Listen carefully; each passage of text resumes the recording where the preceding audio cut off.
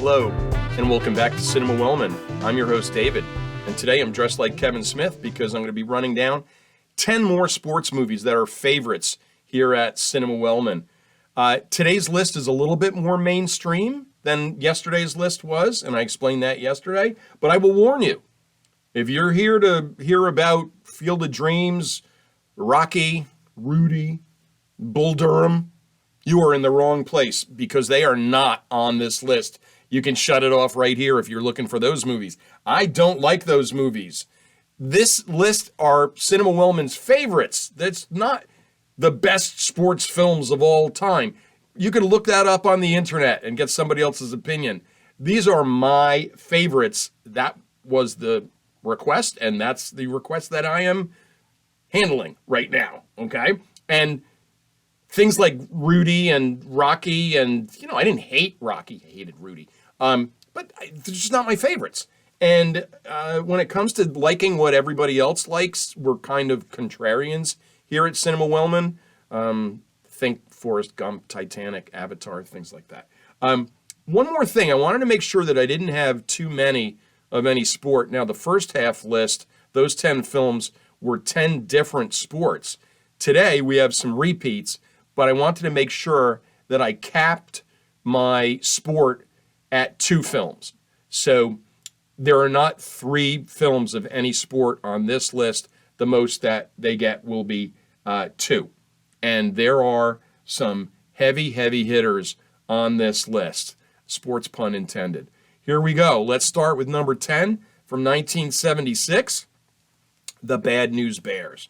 And I love this movie. This is the OG of the Bad News Bears universe. That includes 2 sequels, a short-lived TV show, and a reboot directed by friend of Cinema Wellman, Richard Linklater. And like many OGs, this original is the best of the bunch. Walter Matthau is perfect. He plays Morris Buttermaker, who may be the last person on earth that you'd want coaching your child's little league team, that's for sure. He's beer swilling. He's foul-mouthed. Did I mention I loved him? Yes, I did do that.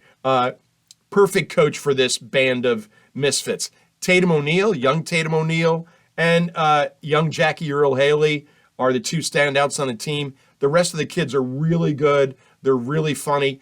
Tanner is a howl. That kid is fantastic. If I was a coach, I would want him on my team. He's amazing. I saw this when it came out, and I was in 8th grade and still playing organized baseball, and I found this film to be perfect in almost every way, down to the, sour coach. I once saw my little league coach break a clipboard over one of the players' heads. Welcome back. The best part of this is the ending. And if you haven't seen The Bad News Bears, just, mute for a little bit. I don't know, how could you have not seen The Bad News Bears? In any event, the best part of this is they lose. This underdog team comprised of misfits make it all the way to the championship game against the hated team with the nasty, mean coach who's really obnoxious, played by Vic Morrow. He's great. And they lost. And they lose. We've got everything invested in them, and they lose. And that's fantastic. There's nothing wrong with that. It's very realistic. I think more sports films should be realistic. It doesn't have to end in a win every single time. My very last game in organized baseball happened when I was in high school, and it was a championship game. And I was on second base when the game ended, and we lost. It happens. And it happens more than we all like to think about, but it doesn't happen too often in movies. So why don't we keep track of that? Bad News Bears, they lose. We're 0-1. All right. It's certainly realistic. It's a lot of fun. And Matthau is great. Odd Couple, the front page, go on and, the Taking of Pelham 1, 2, 3. He's great. Number 9 on the list is from 1974. A lot of these are from the 70s.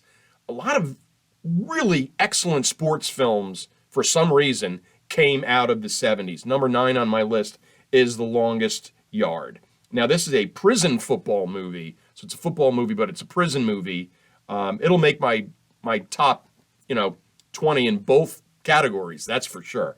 But it's not as funny as you may remember it. Adam Sandler, speaking of Adam Sandler, we talked about him last episode.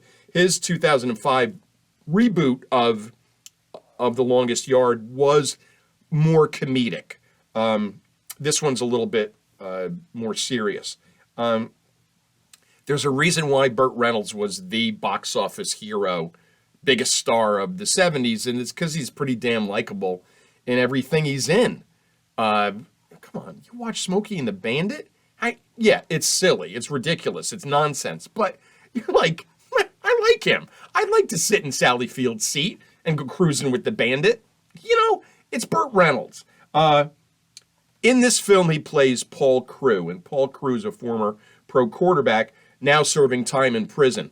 Ridiculous charge, if you ask me. From the beginning, when they sent him to this prison, I was like, for what? Prison. But we're going to skip past that.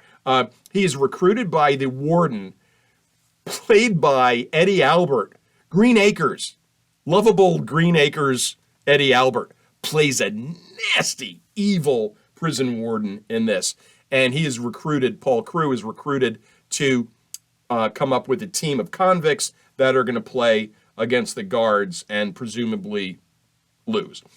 Supporting cast is tremendous. Ed Lauder is in it. Michael Conrad, you might remember from Hill Street Blues. Richard Jaws Keel, remember him from a couple of James Bond movies? The really, really tall guy. This is fun. It's serious, but it's also fun. It's a good ending.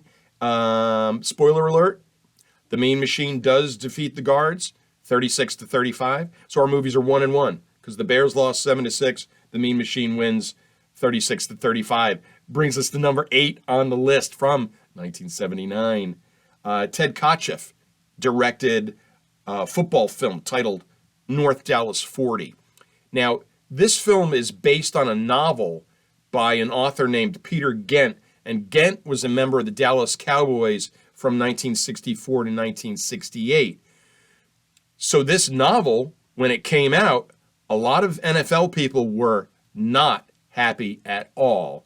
And when this movie came out, although it does not mention the NFL, there are very thinly veiled references.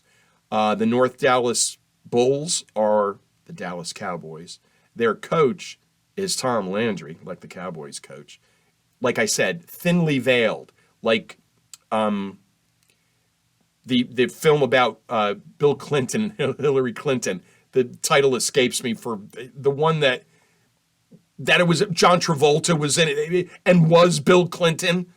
Oh, that's going to drive me nuts that I don't have that live for you, but I'll remember it later and be angry with myself. Let's get back to The Longest Yard. So this is, I think, the most realistic of the sports films when it comes to portraying what professional football especially is like. It's all here, the glitz and the glamour and the fame, but also here is the behind-the-scenes ugliness that includes drug abuse, steroids, and the mistreatment of women.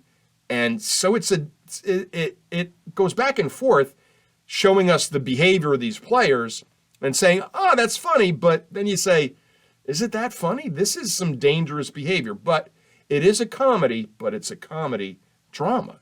So some of it is very serious. Now, it shows a professional sports league that's only about business and it's only about winning, with little regard for the personal safety or the health of their players, which should sound quite familiar if you're a sports fan.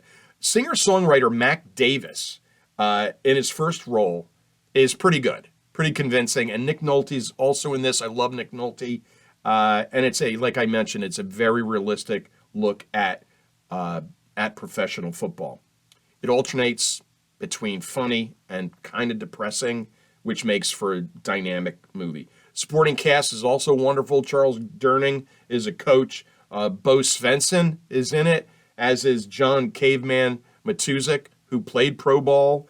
And they are Svensson and Matuzak. They play two of the more unhinged players on the North Dallas Bulls. This one is funny, and parts of it aren't. So, spoiler alert section, the Bulls lose the championship game. Nick Nolte drops a pass in the end zone, and they lose. So our movies are now 1 win and 2 losses, which brings us to number 7. From 1980, Caddyshack, directed by Harold Ramis, who also directed Groundhog Day and Vacation. And what can I say about Caddyshack that hasn't already been said? It's unbelievably quote-worthy. Chevy Chase at his absolute best. Bill Murray, I think, at his best. Rodney Dangerfield is hysterical. And Ted Knight is absolutely brilliant as Judge Smalls. He might be the funniest part of this very, very funny film. One tagline read, "It's the snobs versus the slobs," which is a hole-in-one as taglines go. The Gopher annoys me, as does any Kenny Loggins song, Danger Zone. But this is not only one of the best sports movies of all time, I think it's one of the best comedies of all time at the same time. Like I said, it's very quote-worthy. Noonan! Miss it! Meh! Meh! Noonan! Every NFL Sunday here at Cinema Wellman, I am shouting that at the TV screen when every kicker, other than the Giants kicker, lines up to kick an extra point or a field goal. Noonan! So good. Spoiler alert, Noonan sinks the putt and wins the match. Our movies are 2-2 now. Number 6 comes from 1977. Directed by George Roy Hill, who directed 2 of my favorite films of all time, The Sting and Butch Cassidy and the Sundance Kid. And he also directed Slapshot. And Slapshot is one of the first R-rated movies that I had ever seen, along with Animal House. And I remember it being really dirty. Like, I remember, I'm in high school and we're like, you curse a lot with your friends and everything. Then you see this movie and you go, wow, this is like the major leagues of obscenity. It's poetically obscene at times. If North Dallas 40 attempted to show the nasty underbelly of pro football, Slapshot does the same exact thing with minor league hockey. So we have the fictional Charlestown Chiefs. They're an awful team, poor attendance, an aging star, financial problems all over the place. Things are so bad that word gets out that the Chiefs are going to move, and that all changes when they start to goon it up, and every night turns into fight night. The characters in this film are legendary among sports/movie fans. We have the Hanson brothers. We have Killer Carlson. We have Tim Dr. Hook McCracken. Ogie Oglethorpe's. You say it. Ogie Oglethorpe is along for the ride. This is fantastic. And the poster cracks me up because underneath where it says it's rated R, for all the regular reasons, they have another piece that they stuck in underneath it in a white box that says certain language may be too strong for children. Certain language? The whole film is too strong for any children. Who's bringing their children to see this? Yeah, I don't know. Anyway, the Chiefs, spoiler alert, the Chiefs do win the game, but they are still folded. And Paul Newman, in I think one of his best, and off character for Paul Newman, this kind of comedy where he's more dramatic, but it's a comedy. He's great. The Chiefs win the game. They're still folded. Our movies are now 3-2. This brings us to the top 5. Now, I want to mention something. I did separate these the way I separated them on purpose. And with my second half, I made sure that all the comedies, because there are 5 comedies and 5 dramas, I put the comedies at the end. And the reason I did this is because I didn't want to have the nerve to put Caddyshack above Raging Bull, because it shouldn't be. So At number 5 is Raging Bull. Now, hear me out, because this is Raging Bull is considered the best film of the entire decade of the 80s. And it is considered by many the greatest sports film of all time at the same time. But I don't like boxing. And that's really the only reason this doesn't get any higher.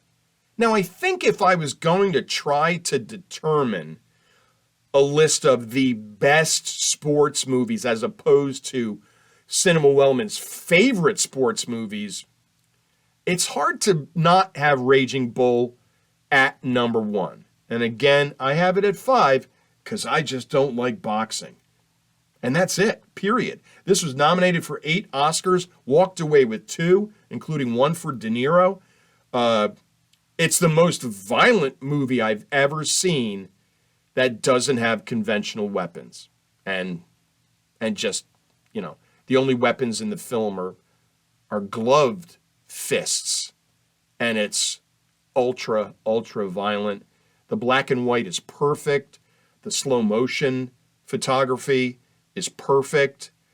The punches that land in slow motion, when you see the sweat and the blood coming off the face of the person who's punched, this is excellent, excellent filmmaking. And, Martin Scorsese directed it. The guy that gave us Taxi Driver, the guy that gave us Goodfellas, he also gave us Raging Bull. Spoiler alert, calling this a loss. In the ring, out of the ring, this is not a pretty sight. It's not a happy story by any stretch of the imagination, but it is a phenomenal piece of filmmaking. That's number 5, Raging Bull. Number 4, 1979. Like I said, these 70s are late 70s, early 80s, lots of sports films going on. And lots of tremendous sports films, including number 4 on Cinema Wellman's list, 1979's Breaking Away. Now, Breaking Away, like some of these other films that I've mentioned today and yesterday, they kind of transcends the whole idea of it being a sports movie, because Breaking Away is about much more than cycling, which is the sport it is about. It's about fitting in. It's about trying to be someone who you are not. It's about determination. And it's about all sorts of relationships. Relationships with parents, relationships with friends, relationships with potential lovers. It's all here in this film that is just so wonderful that if you haven't seen it, I know I say that a lot, but if you haven't seen it, this is a must-see. Breaking Away takes place in Bloomington, Indiana. Dennis Christopher plays a character named Dave Stoller. Dave and his friends are cutters, and that's another word for locals. Reading about this film, I read that they couldn't use the real term that the University of Indiana students referred to as the townies in Bloomington, because they called them stonies or stoners, and it had nothing to do with marijuana. And the filmmakers were like, we're not going to call them stoners or stonies without having them. There's no weed in it, so we don't want to confuse anybody. So they came up with it. They are the cutters, and the cutters are looked down upon by the elite students at the nearby University of Indiana campus. I guess this happens in a lot of college towns. I wouldn't know anything about that. I went to college in Boston. I don't think are there townies in Boston? I don't know. Dave is obsessed with cycling, and in particular the Italian cycling team, to the extent where he pretends to be Italian. He plays Italian opera records at home. He asks his mom to prepare Italian food. He's learning to speak Italian. And this is much the annoyance of his father, played by the fantastic Paul Dooley. Dave's mother is played by Barbara Barry, who is always tremendous. Barbara Barry in a movie as someone's mom is like, that's cool. That would be cool. Barbara Barry is my mom. That would be cool for a day, because I love my mother and I would never trade my mother for anything. But Barbara Barry as my mom for a day, That would be great fun because she's fantastic. She was nominated for Best Supporting Actress Oscar for this performance, and it was well deserved. Dave's friends, talk about a cast. Dave's friends are also people that you'd recognize. Dennis Quaid, he plays Mike. Daniel Stern, who you might know from Diner, he is Cyril. And here is Jackie Earle Haley again from the Bad News Bears. And he is in this as Moocher. And these friends join Dave in a bicycle race that will include what appears to be most of the state of Indiana. And they are the Cutters are trying to defeat the best team, which is the University of Indiana's cycling team. The training sequences are so wonderfully shot. My favorite is when Dave is having this little give and take on the highway with an 18-wheeler. The driver kind of knows exactly what Dave's doing, and he's helping him out, and he's giving him, MPH details and things like that. So fun. It's so good. The race is the set piece of this film. It's suspenseful. It's well paced. The Cutters and Breaking Away, it's another true underdog story, and we're rooting for these guys who are the misfits, who are the underdogs, and they are extremely worthy of our support. Here comes the spoiler alert section. The Cutters overcome all sorts of adversity and win the Little 500. So our movies are now over the 500 mark at 4 wins and 3 losses with 3 to go. Next is 2004's Olympic hockey story, Miracle. This is an aside, but did you watch the Miracle hockey game from the 1980 Winter Olympics live? And the answer is no, you didn't, because nobody did. A lot of people think it was live, but it was not. That's another story that I just wanted to mention, but that's a fact. No one saw it live. And that was the game against the Russians. Nobody saw that live. But we're here to celebrate the greatest sports movies, or at least our favorites here at Cinema Wellman, so we're not going to talk about that right now. Of all the underdogs on this list, this may be the biggest of those dogs. How could a hockey team, an Olympic hockey team, made up of college kids, hope to compete on the same ice as the Soviets, which were, at the time of these Olympics, professional hockey players, and some of the greatest hockey players in the world at the time?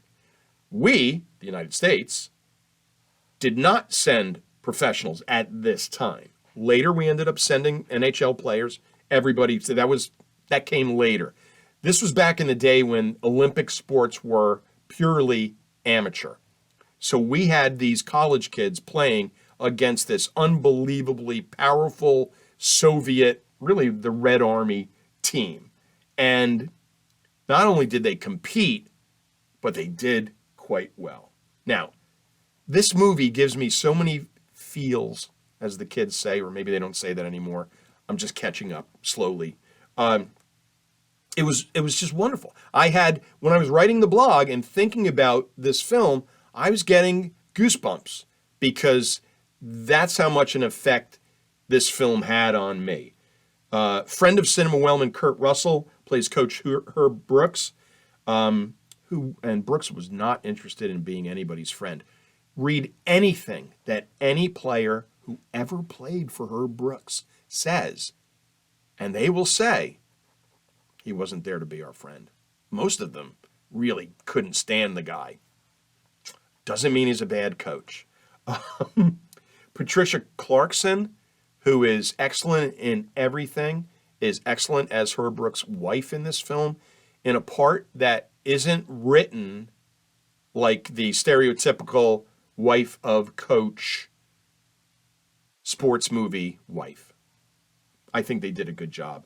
My favorite scene, now I read that this film is extremely accurate and follows the facts more than a lot of sports films based on true events. And then I read that my favorite scene didn't quite happen the way it happened, but I love it anyway. And that's the scene that it was after a tie in a game against, I think it was Norway. Coach Brooks was not happy at all. Everybody's filing out. The fans are leaving and everything. They were going to shut the lights off. And he said, don't shut these lights. We're not done. So they had just played a game. And he has them skating suicides, or what those players called herbies. And that means you skate from one end of the ice to the other, then you come back, and it's brutal. It's brutal. It's sadistic. That's why they're called suicides. And it's to see these players doing this, and Coach Brooks keeps asking the same question. Who do you play for? Who do you play for? Who do you play for? And player after player would say University of Wisconsin, University of Michigan, Boston University. He was just waiting for someone, anyone, when asked the question, who do you skate for, to say United States of America. Now, that didn't happen. I think I've read that it ended with one of the players just smashing his stick and saying, enough of this. But cinematically, that's fantastic. And I don't care if it didn't happen. If you ever wonder where the USA, where that came from, it was here. It was Lake Placid, it was these Olympics, and it was this team. All right, spoiler alert section. Seriously? You don't know who won this? I mean, how could you not know who won? We won. We won the gold medal. All right, our movies are now 5-3. 2 to go. All right, next, number 2 on the list of Cinema Wellman's favorite sports films. The poster reads, "It'll go straight to your heart." And boy, did they get that right. Number 2 on my list. I'm going to read the IMDb synopsis for you, and you'll figure it out. A coach with a checkered past and a local drunk train a small-town high school basketball team to become a top contender for the championship. And that film is Hoosiers. And it's number 2 on my list of favorite sports films. Gene Hackman has made an awful lot of films during his long and storied career. And I have this performance on his personal Mount Rushmore. I'm not a big Dennis Hopper fan, but he got his one and only Oscar nomination for his performance as a character named Shooter in this. And Hackman and Hopper together are what makes this film so good. The other films on the list kind of rely, not totally, but they rely on the team. In this case, it's really the coaches that you're interested in. Although some of the boys on the team, Hickory, they're important parts of the film, obviously, and they're characters that we get to know. But this one really concentrates on the coaching.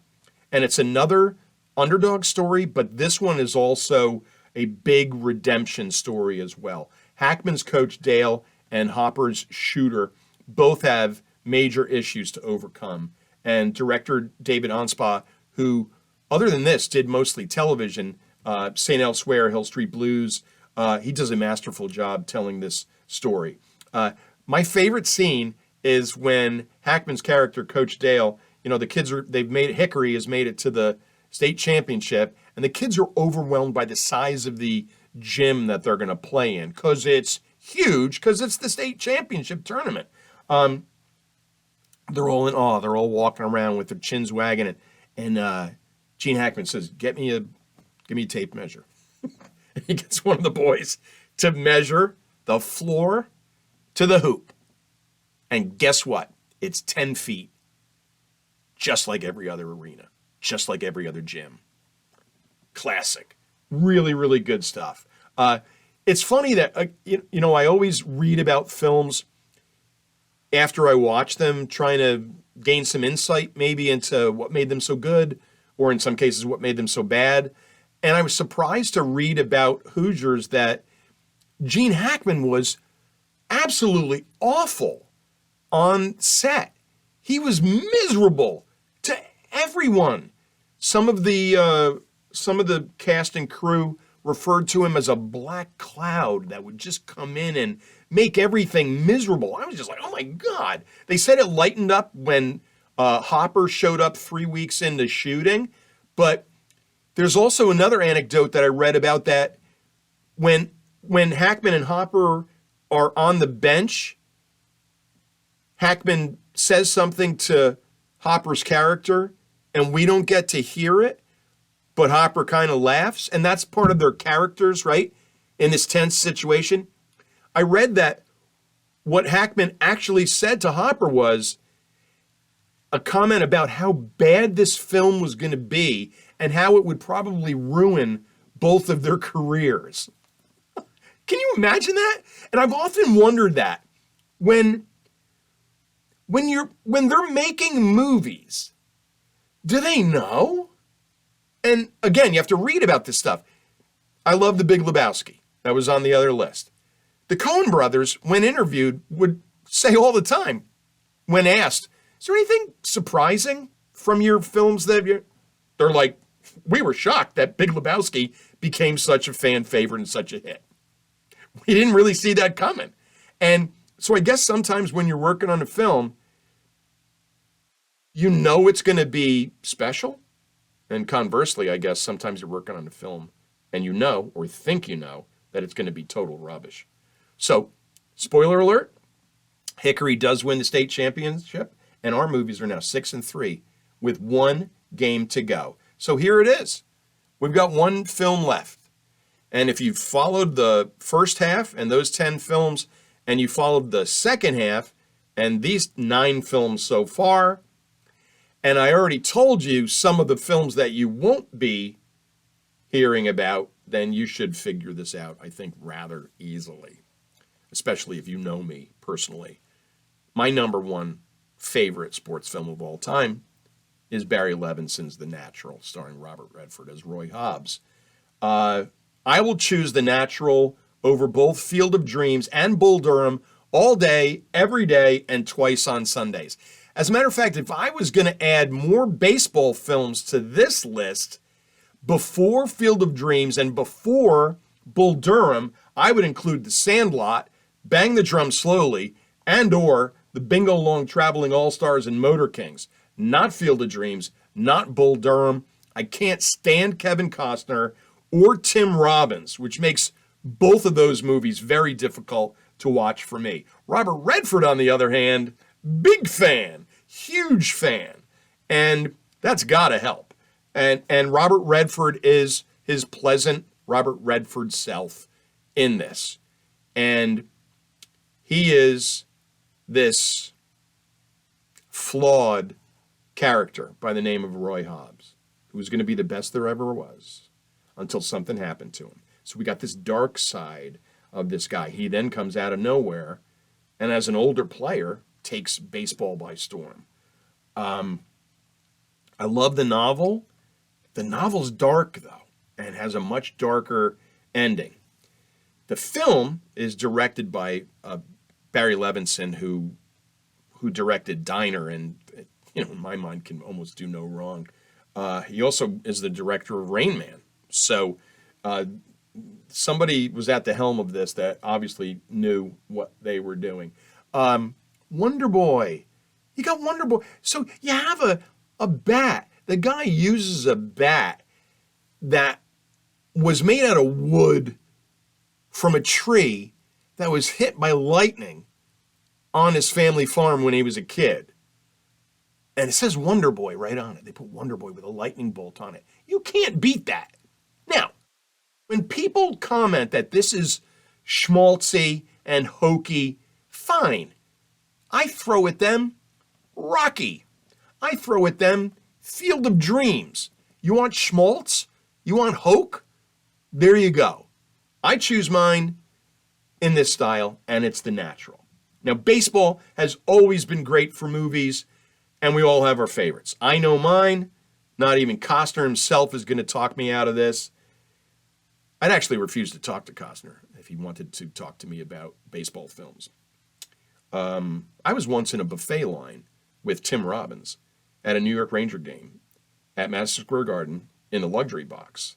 And although I was standing right next to him for probably 10 minutes. I refused to recognize him. To me, he was just another guy having chicken tenders. That's the way it is with Tim Robbins. That's the way it would be with Kevin Costner. Sorry, guys. Spoiler alert, in the novel, Redford's character, Roy Hobbs, strikes out. The Knights lose the game. That's it. Done. In the movie, it's Hollywood. Hobbs hits a home run and the Knights win. Now, since this piece is about the film and not the novel, I'll have to award us a win. So our movie's final record is 7-3, which isn't bad. That's not bad at all. If you want to know the platforms on which I watched these great sports films, check out the blog. It's cinemawellman.com, and that's what we have. That's it. That's it for these 2 episodes. We had the first half. We've got the second half. Join us next week for the next episode. Our next episode on all platforms, the blog, the Spotify podcast, the YouTube channel. The next episode is going to be the Cinema Wellman origin story. So I'm going to share with you some of the reasons why I became such a film fan, some of the film projects that I've worked on in the past, and I'll explain why our logo at Cinema Wellman is a bomb. You get all that inside information. Until then, follow us. Follow Cinema Wellman on Instagram and Twitter. It's at Cinema Wellman. Just search Cinema Wellman, search Spotify and YouTube for that if you want to listen or watch. And you can always email us at cinemawellman@gmail.com. So that is it for this sports episode, or these 2 sports episodes. So you got a double this week. All right. Until next week, when we see each other again, take care.